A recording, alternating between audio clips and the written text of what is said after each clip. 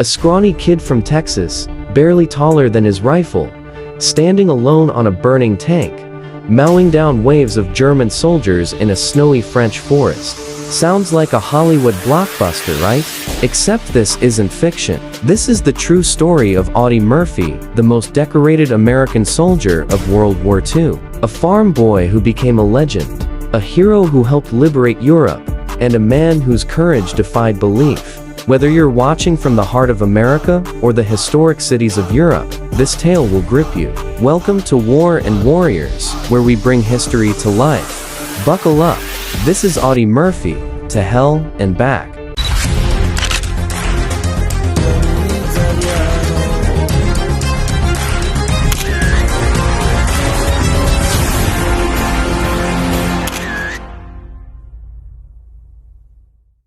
Let's start at the very beginning, in a place far from the battlefields of Europe. It's June 20th, 1925, in Kingston, Texas, a speck on the map where the sun beats down on endless rows of cotton. Audie Leon Murphy is born, the seventh of 12 kids to Emmett and Josie Murphy. Their blood is a mix of Irish, Scots-Irish, English, Scottish, Belgian, and German, a true American patchwork. But life here isn't some idyllic frontier dream. It's brutal. The Murphys are sharecroppers, renting scraps of land to grow cotton, scraping by on hope and hard work. Emmett, Audie's father, isn't the dependable type.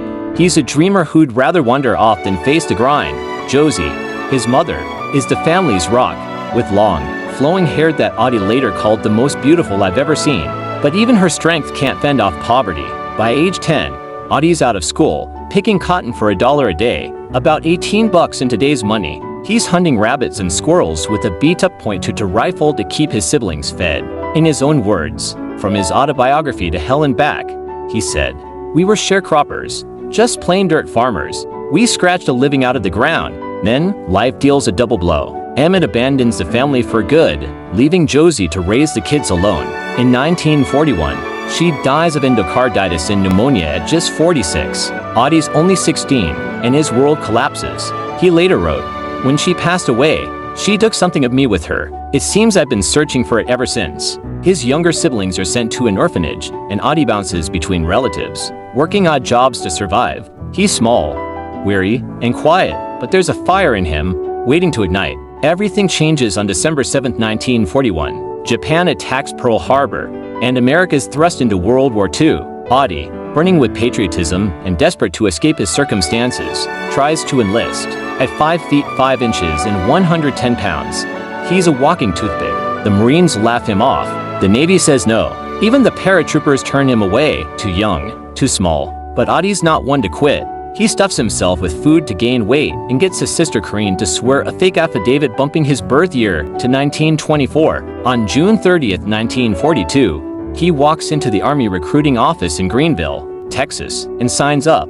Basic training at Camp Boulders, Texas, is no picnic. Audie faints during a drill in the scorching heat, but he grits his teeth and pushes through. He earns his marksman badge, proving he's a crack shot. Sent to Fort Meade, Maryland, for advanced training.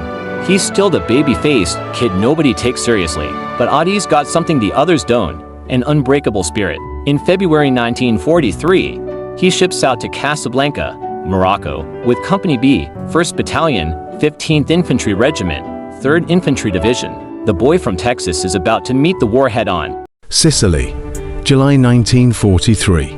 Audie's first taste of combat comes during the Allied invasion. As a division runner, he's dodging bullets to deliver messages. Near Canicut, he spots two Italian officers fleeing on horseback. Without hesitation, he raises his rifle and drops them both. His first kills.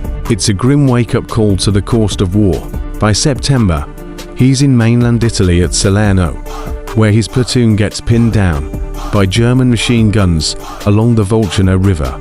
A buddy dies in the dirt beside him. Audie doesn't flinch. He lobs grenades, captures a machine gun, and takes out 5 Germans. That earns him a promotion to corporal, then sergeant. The kid's starting to turn heads, but this is just a warm-up. Audie Murphy's about to face battles that will etch his name into history forever. Stick around. You won't believe what happens next. Section 2. The Italian Campaign. Forged in Fire. Visuals. Archival footage of the Anzio landings soldiers crawling through mud, explosions ripping through olive groves. CGI recreations show Audie in action, gripping for viral appeal. Italy, 1943. The Allies are clawing their way up the boot, but it's a slaughterhouse. The Germans are dug in, and every inch costs blood. Audie, now a battle-hardened sergeant, lands at Anzio in January 1944. After a bout of malaria sidelines him briefly. On March 2nd, near Cisterna, his platoon takes cover in a crumbling farmhouse as Germans close in. Audie spots a tank rumbling toward them. Most would freeze, not him. He grabs rifle grenades, sprints into the open, and blows the tank to scrap. That's his first Bronze Star with AV for Valor. By May, he's got the Combat Infantryman badge pinned to his chest. Promoted to Staff Sergeant, Audie leads patrols with a quiet intensity that spooks even his own men. One night, he slips through enemy lines alone, capturing 2 German soldiers without firing a shot. His commanding officer shakes his head and says, "Murphy doesn't know the meaning of fear, but Audie's human. He sees friends die. Hears the constant whistle of shells. A sniper's bullet grazes his hip, but he patches it up himself and keeps fighting." Evacuation, not for Audie.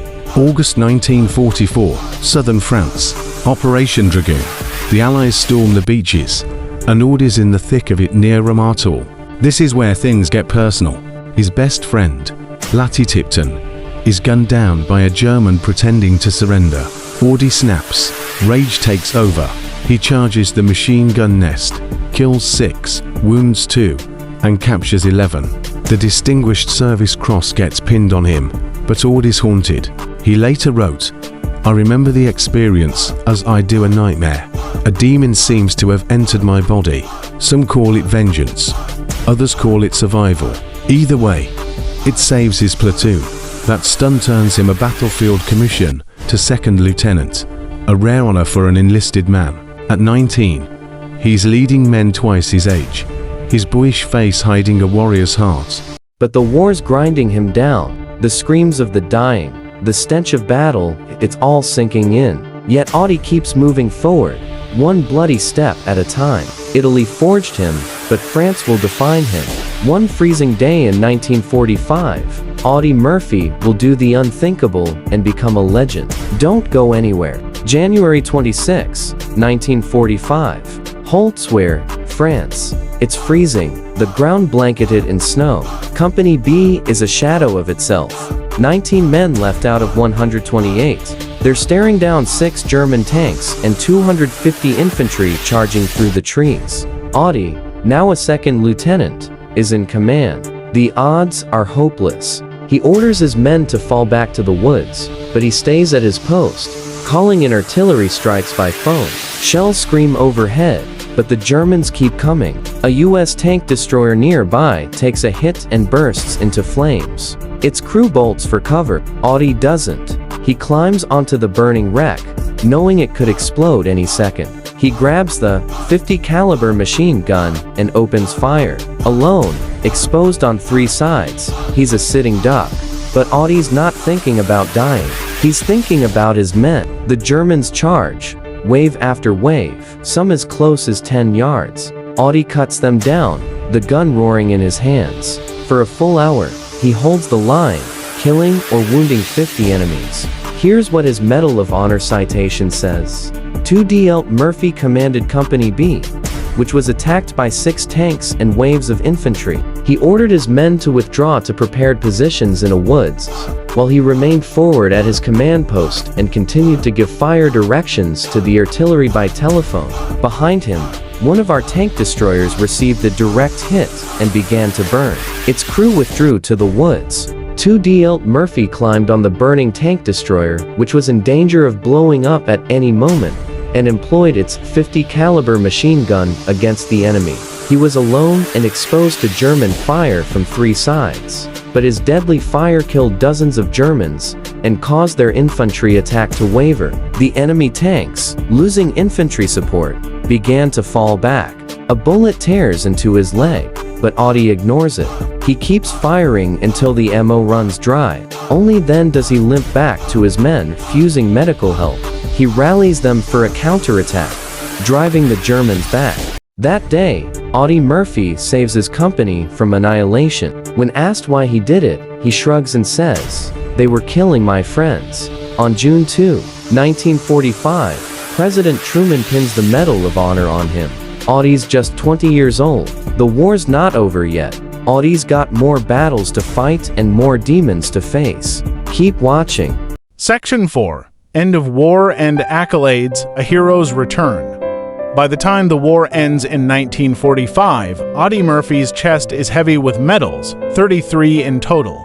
The Medal of Honor, Distinguished Service Cross, 2 Silver Stars, Legion of Merit, 2 Bronze Stars with V for Valor, 3 Purple Hearts, and decorations from France and Belgium. He's credited with over 240 enemy kills. Discharged in September 1945, he returns to a hero's welcome.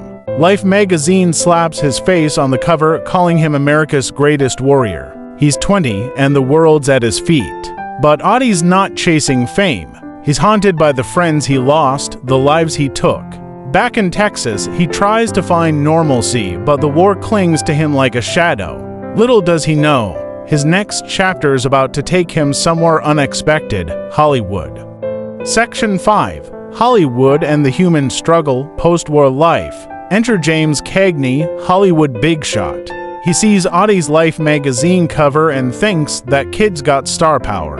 Cagney invites him to California, and soon Audie's acting in movies. He stars in 40 for films, most famously playing himself into Hell and Back based on his own book. It's a hit, and for a while, he's living the American dream, fame, fans, and a new life. But the war never really left him. Audie suffers from what we now call PTSD. He sleeps with a pistol under his pillow, waking up screaming from nightmares. He gets hooked on sleeping pills, fighting to escape the memories of blood and gunfire. In a rare moment of openness, he says, the real heroes are dead. He pours his heart into advocating for veterans, speaking out about mental health when it was taboo. Audie tries to build a life. He breeds horses, writes country songs, marries twice, and raises 2 sons. But money troubles and depression dog him. Hollywood's glitz can't fill the void. Still, he keeps pushing, a fighter to the end. Section 6, Legacy and Tragic End, Immortal Hero.